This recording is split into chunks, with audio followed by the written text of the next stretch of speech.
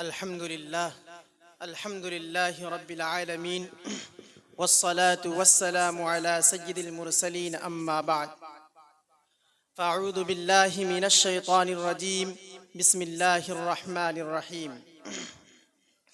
ولا تقتلوا النفس التي حرم الله إلا بالحق ذلكم وصاكم به لعلكم تعقلون صدق الله العلي العظيم.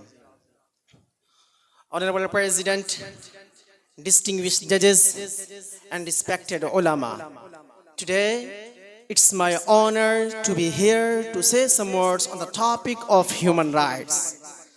As Allah the Almighty said, وَلَا تَقْتُلُوا النَّفْسَ الَّتِي حَرَّمَ اللَّهُ إِلَّا بِالْحَقِّ. The ayah means, and do not kill a person whom Allah has given sanctity except rightfully. And this He has enjoined upon you so that you might understand. Dear audience, all the humans surviving on this planet are entitled to some rights, and these rights prove to be effective for each and all, irrespective of the fact of who they are and where they come from and how they choose to live.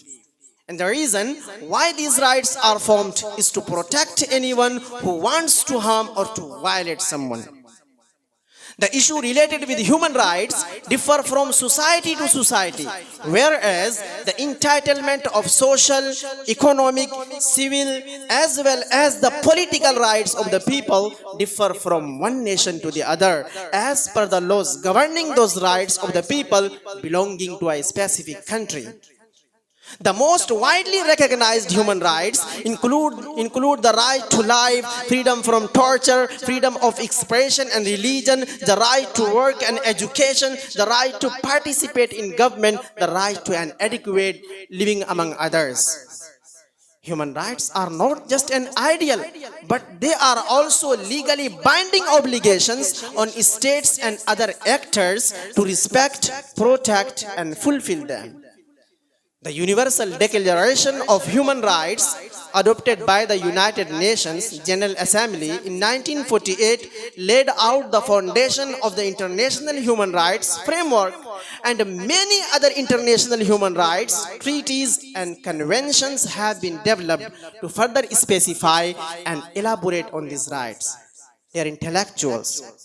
Some people critically pose a question that, if anything does the Quran and the Hadith say about human rights, I believe that Quran is the Magna Carta of human rights, so that a large part of its concern is to free human being from the bondage of traditionalism, authoritarianism, tribalism, racism, sexism, slavery, or anything else that prohibits or inhibits human being from actualizing the Quranic vision of human destiny embodied in classic proclamation. The Holy Quran says in Surah Bani Israel, we bestowed dignity on the children of Adam. Quran is deeply concerned about liberating human being from every kind of bondage, recognizing human tendency towards dictatorship and despotism. Our Prophet Muhammad sallallahu alaihi wasallam said, here are three categories of people against whom I myself be a plaintiff on the day of judgment. Of these three, one is he who enslaves a free man and sells him and eats this money. They are intellectuals. There are so many great, revolutionary and esteemed personalities who have the tangible ideology about human rights. Mohan Karamchand Das Gandhi said, the greatness of humanity is not in being human, but in being human. The first president of South Africa, Nelson Mandela, said, no one is born hating another person because of the color of his skin or his religion or his background. People must learn to hate, and if they can learn to hate, they can be taught to love, for love comes more naturally to the human hearts than its opposite.